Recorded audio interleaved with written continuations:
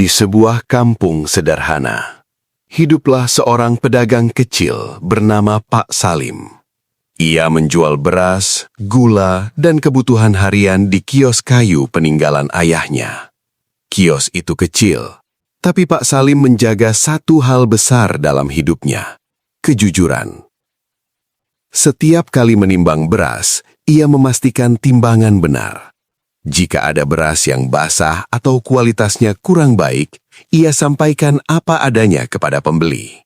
Ambil atau tidak, saya serahkan pada ibu. Saya hanya menyampaikan yang sebenarnya, ucapnya lembut.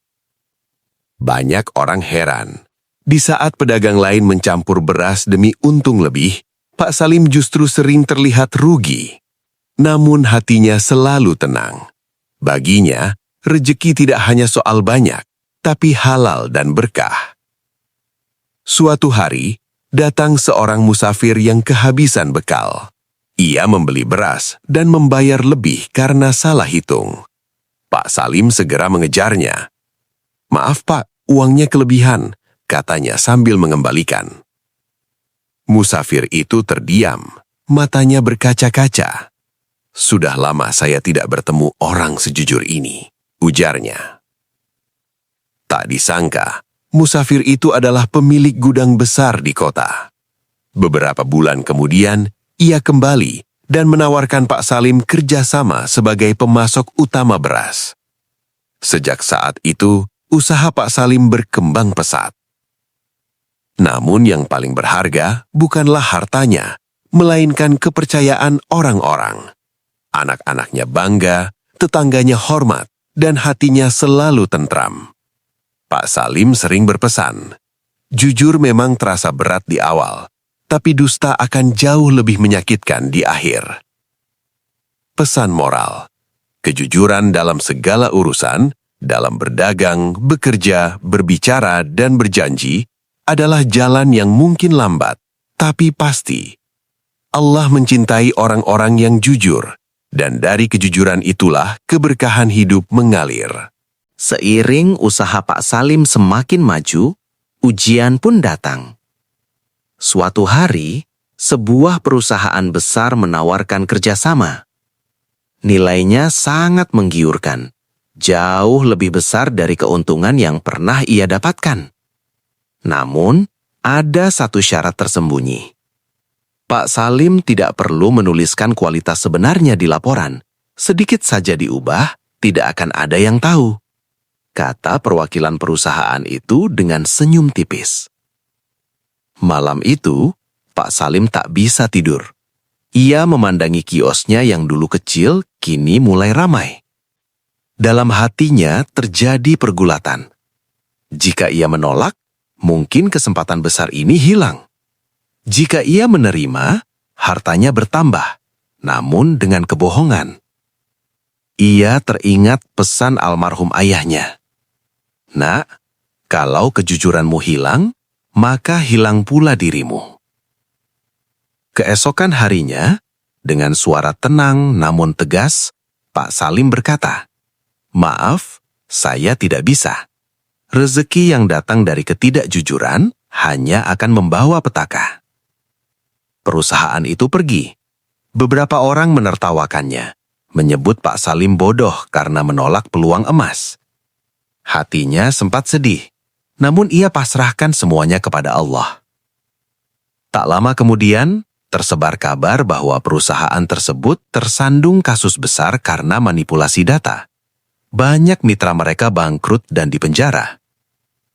Pak Salim selamat, bukan karena kepintarannya, tetapi karena kejujuran yang ia jaga. Beberapa tahun berlalu, Pak Salim dikenal bukan hanya sebagai pedagang sukses, tetapi sebagai orang yang kata-katanya bisa dipercaya. Jika ia berjanji, orang tak ragu. Jika ia berbicara, orang mendengarkan. Ia sering berkata kepada anak-anak muda di kampungnya, "Hidup ini bukan tentang seberapa banyak yang kita miliki, tapi seberapa bersih cara kita mendapatkannya." Usia Pak Salim kian menua. Rambutnya memutih, langkahnya tak lagi sekuat dulu. Kios yang dulu kecil, kini telah dikelola oleh anak-anaknya. Namun satu hal yang tak pernah berubah, nasihat tentang kejujuran. Setiap subuh, Pak Salim duduk di beranda rumah, memandang langit pagi sambil berzikir. Ia merasa hidupnya sederhana, tapi hatinya penuh rasa syukur. Ia tak takut miskin, karena pernah merasakannya. Ia juga tak silau harta, karena tahu harta bisa menipu. Suatu sore Pak Salim jatuh sakit. Anak-anak dan tetangganya berkumpul. Dalam nafas yang mulai berat, ia berpesan dengan suara lirih. Jika kelak aku tiada, jangan wariskan hartaku saja. Wariskan kejujuran. Karena harta bisa habis, tapi kejujuran akan menjaga kalian sampai akhir hayat. Tak lama kemudian, Pak Salim menghembuskan nafas terakhir dengan wajah yang tenang. Setelah kepergiannya, banyak orang datang melayat. Ada yang berkata, dialah satu-satunya pedagang yang tak pernah menipu saya. Yang lain menambahkan, jika Pak Salim berkata iya, maka itulah kebenaran. Kejujurannya hidup lebih lama daripada namanya. Anak-anaknya meneruskan usaha dengan prinsip yang sama. Dan anehnya, usaha mereka selalu menemukan jalan keluar di saat sulit. Seolah ada tangan tak terlihat yang menjaga. Penutup pesan, kejujuran mungkin tidak membuatmu cepat kaya, tetapi ia akan membuatmu hidup tenang dan mati dalam keadaan mulia. Sesungguhnya kejujuran membawa kepada kebaikan, dan kebaikan membawa ke surga. Hadis riwayat Bukhari dan Muslim. Waktu terus berjalan. Nama Pak Salim mungkin perlahan dilupakan, namun nilai kejujuran yang ia tanam justru semakin hidup. Di kampung itu, orang-orang mulai berubah. Pedagang menimbang dengan benar, pekerja menepati janji, dan anak-anak diajarkan berkata jujur sejak kecil. Jika terjadi perselisihan, orang akan berkata, mari kita selesaikan dengan cara Pak Salim, jujur dan lapang dada. Suatu hari, cucu Pak Salim bertanya kepada ayahnya, "Ayah, kenapa kakek begitu dihormati, padahal beliau bukan orang kaya raya?" Ayahnya tersenyum dan menjawab, "Karena kakek kaya kepercayaan. Dan itu lebih mahal dari emas." Di sudut musola kampung tertulis kalimat sederhana, kejujuran adalah warisan terbaik. Dan begitulah, Pak Salim terus hidup, bukan dalam tubuh, melainkan dalam akhlak orang-orang yang meneladani kejujurannya.